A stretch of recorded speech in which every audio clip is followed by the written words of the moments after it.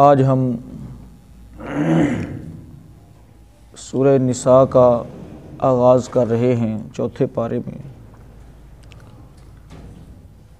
اس بات پر ہم اللہ کا جتنا بھی شکر ادا کریں وہ کم ہے۔ الحمدللہ الذی ہدانا لہذا، تمام تعریفوں سے اللہ کے لیے جس نے ہمیں یہ ہدایت بخشی۔ وما کنا لنہتدی لولا ان ہدانا اللہ، اگر وہ اللہ ہمیں یہ ہدایت نہ دیتا تو ہم میں سے کوئی بھی ایسا نہ تھا جو اس ہدایت کو پا سکے۔ بہت بہت مبارک ہو آپ بھائیوں کو کہ ہمارا یہ سفر جو 2-3 آیات سے شروع ہوا اور آج اللہ کے فضل سے ہم چوتھے پارے کے آخر میں بیٹھے ہوئے ہیں اور ترتیب توقیفی کے اعتبار سے چوتھی سورت کو پڑھنے جا رہے ہیں۔ آج کے اس بزم میں اس سورت کا تعارف اور نظم جلی کا بیان ہوگا کہ اس سورت کے اندر جو مضامین بیان ہوئے ہیں وہ کس ترتیب کے ساتھ بیان ہوئے ہیں۔ تعارف بہت بڑی اہمیت رکھتا ہے۔ جس طرح سے ہمارا نام، والد کا نام، جگہ کا نام، گاؤں، اسی طرح سے خاندان، یہ ہماری ایک پہچان ہے۔ تو قرآن مجید اللہ کی کتاب، اس کا تعارف، پھر اس کی صورتوں کے متعلق معلومات اور اس کے جو مضامین ہیں ان کے اوپر غور و خوض اور ان کی اس ترتیب کا خیال اور اس ترتیب کے ساتھ قرآن کو سمجھنا، یہ بہت بڑی اہمیت کی حامل چیز ہے۔ بدقسمتی سے مسلمان اس کے اندر بہت پیچھے ہیں، سوائے ایک خاص طبقے کے۔ بلکہ میں تو یہ کہتا ہوں کہ اللہ تعالیٰ جزائے خیر عطا فرمائے علماء امت کو، جنہوں نے اس فریضے کو اپنے سینے کے ساتھ لگا رکھا ہے، باوجود مشکل حالات کے، معاشی حالات اور دگرگوں ہوتے ہیں، سب کو پتہ ہے کہ ایک امام مسجد کے حالات، عالم کے حالات کیسے ہوتے ہیں، وہ کس طرح سے سروائیو کر رہا ہوتا ہے، سب کو پتہ ہوتا ہے۔ بس اللہ تعالیٰ کا یہ خاص فضل ہے کہ اس کو رونا نہیں آتا، وہ اپنے حالات جو ہے نا لوگوں کے سامنے بیان نہیں کرتا۔ تو یہ اللہ تعالیٰ کی طرف سے دیا ہوا صبر ہے اور اس منصب کا پاس ہے جو اللہ تعالیٰ نے اس کے ذمہ لگایا ہے۔ اللہ تعالیٰ جزائے خیر عطا فرمائے تمام علماء امت کو۔ تو ورنہ ہماری جو معاشرے کی جو صورتحال ہے وہ یہ ہے کہ ہم نے دین کو ایک قسم کا ٹھیکے پر دے رکھا ہے۔ یہ بات تھوڑی سی سخت ہے لیکن مجبوری ہے کہ دین کو ہم نے کس پر دے رکھا ہے؟ ٹھیکے پر دے رکھا ہے۔ بھئی انہوں نے سنبھالنا ہے، انہوں نے سکھنا ہے، انہوں نے سکھانا ہے، نہ اسی سکھنا ہے تو نہ اسی سکھانا ہے، نہ ہماری کوئی ڈیوٹی ہے نہ کوئی ذمہ داری ہے۔ تو اس لحاظ سے محترم بھائیو، حالانکہ قرآن مجید ایک ایسی کتاب ہے جس کے سیکھنے کی، سکھانے کی، جس کے عبور اور اس کی ہر ایک چیز سے واقفیت ہر بندے کے لیے ضروری ہے، کیونکہ یہ ہماری زندگی گزارنے کی کتاب ہے۔ اس کے متعلق بنیادی معلومات اور اس کے مضامین سے واقفیت، اس کے اندر رب نے کہا کیا ہے، یہ صرف علماء کے لیے جاننا ضروری ہے یا عوام کے لیے بھی جاننا ضروری ہے؟ عوام کے لیے بھی جاننا ضروری ہے، ہر بندے کے لیے جاننا ضروری ہے۔ جب ہر بندہ اس کا علم حاصل کرے گا تو اس کا ایک بڑا فائدہ یہ ہوگا کہ یہ تفرقہ ختم ہو جائے گا۔ آج ہم قصوروار ٹھہراتے ہیں نا کہ اس میں علماء کا قصور ہے، جی ادھر جائیے تو وہ بھی آخر ایسی قرآن سنانے، ادھر جائیے تو وہ بھی آخر ایسی قرآن سنانے ہیں۔ اب یعنی فیصلہ نہیں کر پاتے، ہم درمیان کے اندر رہتے ہیں۔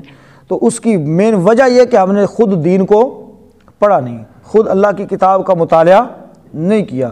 اگر ہم عوام اس طرف آ جائے اور خود سیکھنا شروع کر دے تو یقین جانیں اللہ کے گھر میں بیٹھ کے اللہ کی قسم اٹھا کے کہتا ہوں کہ یہ تفرقہ ختم ہو سکتا ہے۔ کیوں؟ ہر بندے کو پتہ چل جائے گا کہ واقعی جو ڈنڈی مار رہا ہوگا اس کی چوری پکڑی جائے گی، بات ختم۔ جو جہاں سے اپنے مقصد اور مفادات کی بات نکال رہا ہوگا اس کی چوری کیا ہوگی؟ پکڑی جائے گی۔ تو اللہ کے لیے یہ جو آپ نے سفر شروع کیا ہے مبارک ہے، مبارک ہو آپ کے لیے، اس لحاظ سے یہ ایک منفرد سبق جو سفر ہے آپ کا، اللہ تعالی ہمیں اس پر استقامت عطا فرمائے اور اللہ تعالی اس کو ہمیں مکمل کرنے کی اور منزل پر پہنچنے کی توفیق عطا فرمائے۔ تو یہ اس لحاظ سے آپ بھائی مبارکباد کے مستحق ہیں، اللہ تعالیٰ اس عمل کو ہم قبول فرمائے۔ تو سورہ نساء کے جو ہے تعارف کی بات ہو رہی تھی، تو سورہ نساء کا تعارف، نساء جو ہے یہ نسوۃ کی جمع ہے، نساء نسوۃ کی جمع ہے، اور عربی کے اندر عورت کے لیے لفظ نسوۃ، نساء، امراتن، یہ 3 قسم کے الفاظ استعمال ہوتے ہیں۔ نساء تو جمع ہے اور نسوۃ جو ہے واحد ہے، مفرد ہے۔ نساء عورتوں والی صورت، عورتوں والی صورت، اس صورت کو اس لیے کہا گیا ہے عورتوں کی صورت کہ اس میں عورتوں کے متعلق مسائل زیادہ بیان ہوئے ہیں، بالخصوص نکاح، طلاق، رجوع اور وراثت، مہر، یہ ساری جتنے بھی عورتوں کے متعلق مسائل ہیں وہ اس صورت کے اندر زیادہ بیان ہوئے ہیں۔ اس صورت کا جو زمانہ نزول ہے، اما عائشہ صدیقہ رضی اللہ تعالی عنہا فرماتی ہیں صحیح بخاری شریف میں کہ اللہ کے رسول صلی اللہ علیہ وسلم پر سورہ بقرہ اور سورہ نساء اس زمانے میں نازل ہوئی جب میں اللہ کے نبی صلی اللہ علیہ وسلم کے گھر آ گئی تھی۔ تو اما عائشہ رضی اللہ تعالی عنہا ہجرت کے بعد نبی صلی اللہ علیہ وسلم کے گھر میں آئی ہیں، تو اس لحاظ سے یہ صورت مدنی صورت ہے۔ صورتوں کا مکی یا مدنی ہونا، اس کے اندر بھی بہت سارے اسباق ہیں، بہت سارے اسباق ہیں، سیکھنے کی باتیں ہیں کہ صورت مکی یا مدنی۔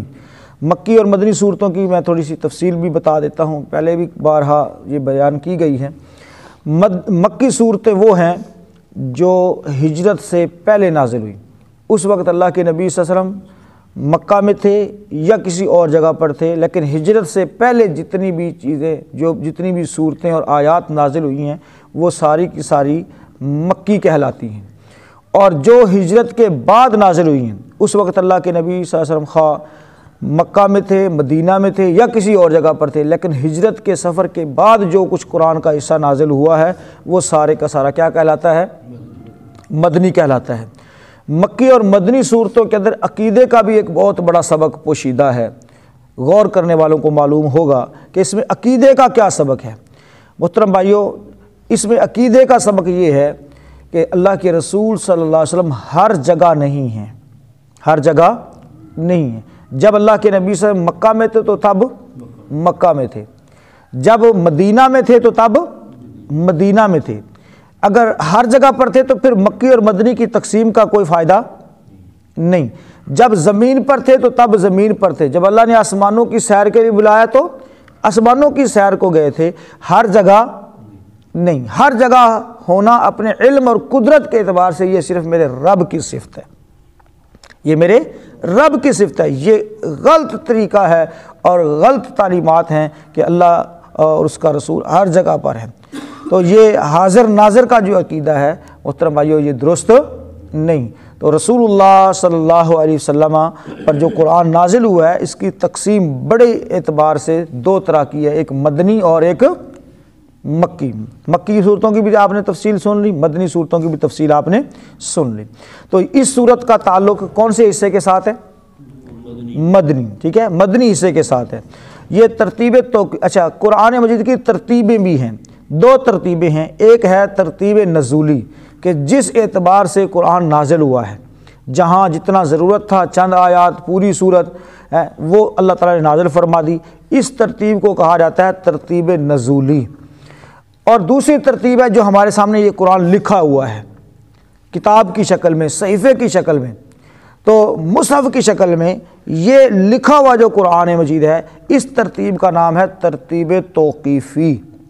ترتیب توقیفی، نزولی اور توقیفی کے درمیان فرق یہ ہے کہ نزولی سے مراد کہ جتنا جہاں جس واقعے کے لیے ضرورت تھا اللہ تعالیٰ نے وہ نازل فرما دیا، اور پھر اللہ کے رسول صلی اللہ علیہ وسلم نے اس نازل شدہ حصے کے بارے میں جو صحابہ کو بتایا کہ اس حصے کو فلاں صورت میں رکھو، اس کو فلاں صورت سے پہلے رکھو، اس کو فلاں آیت سے پہلے رکھو۔ یہ ترتیب جو توقیفی ہے یہ رسول اللہ صلی اللہ علیہ وسلم سے ثابت شدہ ہے۔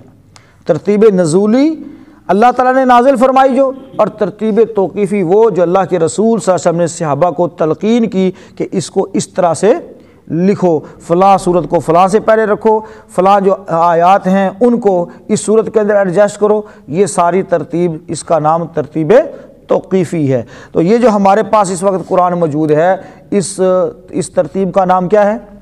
ترتیب توقیفی۔ ترتیب توقیفی۔ ترتیب توقیفی کے اعتبار سے سورہ نساء کا نمبر ہے 4، اور اس صورت کا نزول کے اعتبار سے، یعنی ترتیب نزولی کے اعتبار سے یہ صورت نازل ہوئی ہے 92 نمبر پر۔ کون سے نمبر پر؟ 92 نمبر پر۔ 176 آیات ہیں اور 24 رکوع ہیں اس صورت کے، 24 رکوع ہیں اس صورت کے۔ اب محترم بھائیو، ہم اس کے اندر جو اس کا جو مرکزی مضمون ہے اس کے متعلق دیکھنے جا رہے ہیں کہ اس صورت کے اندر مرکزی مضمون کیا بیان ہوا ہے۔ تو مرکزی مضمون کے اندر ساری دنیا، بالخصوص اہل کتاب نصارہ کو دعوت اسلام اور مسلمانوں کو نفاق سے بچ کر خالص توحید پر کے ساتھ خاندان سے لے کر ریاست، اسٹیٹ تک ایک مضبوط اجتماعیت قائم کرنا جس میں کسی بھی قسم کا ظلم روا نہ ہو، یہ اس صورت کا مرکزی مضمون ہے۔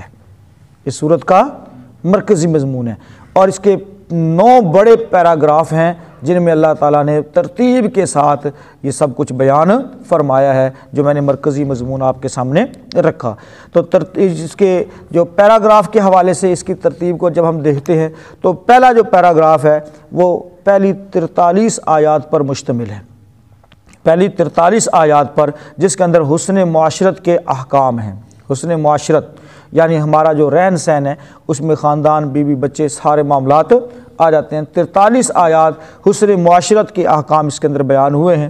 دوسرا پیراگراف ہے آیت نمبر 44 سے لے کر 57 تک، اور اس پیراگراف میں اہل کتاب کو دعوت اسلام دی گئی ہے، بہت زیادہ شد و مد کے ساتھ دعوت اسلام دی گئی ہے، اور ان کے اوپر اسلام کی حقانیت کو واضح کیا گیا ہے۔ اور تیسرا جو پیراگراف ہے وہ آیت نمبر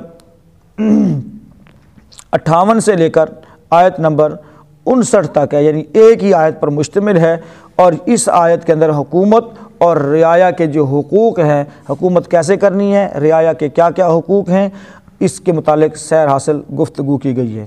اور چوتھے پیراگراف کے اندر یہ چوتھا پیراگراف جو آیت نمبر 60 سے شروع ہوتا ہے اور 104 تک جاتا ہے، جس میں منافقین اور جہاد فی سبیل اللہ، منافقین کا طرز عمل کیا ہوتا ہے جہاد کے موقع پر، اور جہاد کے احکام و مسائل کیا ہیں، اس کی فضیلتیں کیا ہیں، اس کا رزلٹ کیا ہے، سب کچھ اللہ رب العالمین نے اس کے اندر بڑی شرح بست کے ساتھ بیان کیا ہے۔ اور یاد رکھیے قرآن مجید کا ایک بہت بڑا حصہ، اور ہر صورت کا ایک بہت بڑا حصہ اللہ کے فضل اور اس کی توفیق سے جہاد پر مشتمل ہوتا ہے، جہاد پر مشتمل ہوتا ہے، کیونکہ اسلامی ریاست کے اندر سب سے اہم کام اور ریاست کی مضبوطی جو ہے وہ ہے جہاد فی سبیل اللہ کے اندر ہے۔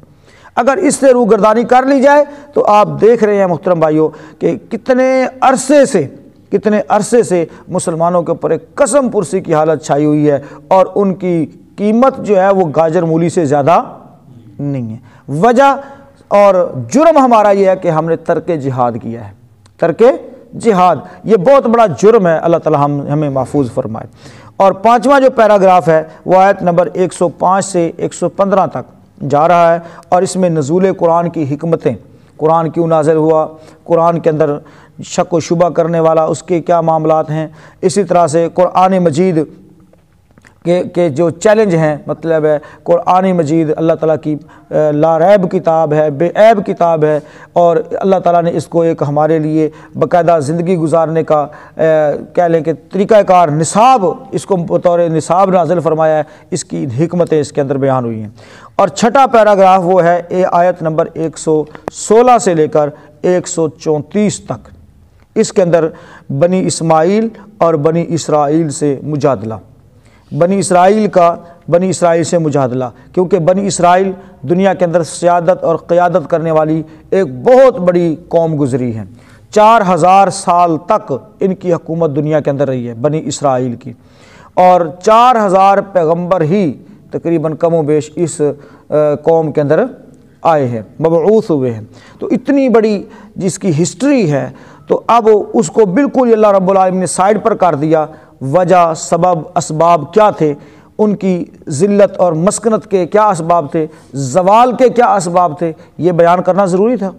اور بنی اسماعیل، اس کو اللہ تعالیٰ نے کیا فوقیت اور فضیلت دی ہے، اس کو کن اوصاف سے نوازا ہے، ان کے اندر کیا خوبیاں پائی جاتی ہیں کہ اللہ تعالیٰ نے ایک قوم کو معزول کر کے دوسری قوم کو اللہ تعالیٰ لے آیا ہے۔ تو بنی اسماعیل اور بنی اسرائیل، ان کا مجادلہ۔ اور 7واں جو پیراگراف ہے وہ ہے آیت نمبر 135 سے لے کر 152 تک، اور اس پیراگراف میں نفاق سے بچ کر نظام عدل کو قائم کرنے کا حکم، یعنی نظام عدل کسی بھی معاشرے کے اندر جو کہہ لیں کہ عدالت ہے، اگر وہ مضبوط ہے، مستحکم ہے، اس کو کسی قسم کا کوئی خوف خطرہ نہیں ہے، اپنا انصاف کرتے ہوئے، فیصلہ سناتے ہوئے، تو وہ معاشرہ مستحکم ہے۔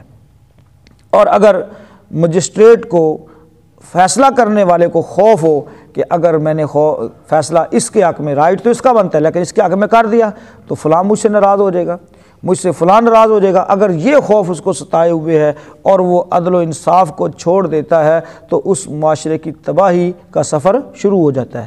تو عدل جو ہے یہ محترم بھائیو بڑا ضروری ہے، اور عدل کی شرائط کیا ہے، اور اس میں اگرچہ بندہ آپ کا مخالف ہی کیوں نہ ہو، لیکن فیصلہ جو ہے وہ عدل اور قسط کی بنیاد پر ہونا چاہیے۔ تو یہ 7واں پیراگراف ہے۔ 8واں پیراگراف اہل کتاب بالخصوص عیسائیوں سے مجادلہ، کیونکہ عیسائی، اہل کتاب میں سے عیسائی یہ آخری گروہ ہے جس کے پاس سے اللہ تعالیٰ نے قیادت اور سیادت کو چھینا۔ عیسیٰ علیہ السلام آخری بنی اسرائیل کے رسول تھے، نبی تھے، تو اللہ رب العالمین نے ان کو معزول کر دیا، یعنی اس پوری امت کو۔ تو اس عیسائیوں کے ساتھ بالخصوص جو مجادلہ ہے اس کا بیان ہے۔ اور 9واں اور آخری پیراگراف وہ ہے قانون وراثت۔ قانون وراثت، وراثت کیا چیز ہے، اور اس میں حصص یعنی جو حصے ہیں، کس کا کتنا حق رائٹ بنتا ہے، یہ مکمل بیان اس کے اندر ہوا ہے۔ حصص کا بیان، قانون وراثت کا بیان، یہ اس کا آخری کہہ لیں کہ پیراگراف ہے، اور تقریباً ایک ہی آیت پر مشتمل ہے۔ اس کی جزیات باقی آیات کے اندر بھی ہیں، لیکن محکم اور مفصل آیت ایک ہی ہے، آیت نمبر 176۔ اللہ تعالیٰ سے ہم دعا کرتے ہیں اللہ رب العالمین سورہ نساء کے اس ترتیب اور مضامین کے اوپر ہمیں غور و فکر کرنے کی توفیق عطا فرمائے۔ انشاءاللہ آئندہ جو اسباق آئیں گے اس کے اندر ہم ترتیب کے ساتھ اس کو پڑھتے چلے جائیں گے، لیکن یہ تعارف بڑا ضروری تھا تاکہ ہمیں پتہ چل جائے کہ اس صورت کے اندر کیا بیان ہوا ہے۔ تعارف جو ہے وہ لب لباب ہوتا ہے، پورا نچوڑ ہوتا ہے اس صورت کا۔ اللہ تعالیٰ سے دعا کرتے ہیں بات کو سمجھنے کی توفیق عطا فرمائے۔ دیکھ لیجئے جو بات سمجھ آئے تو پوچھ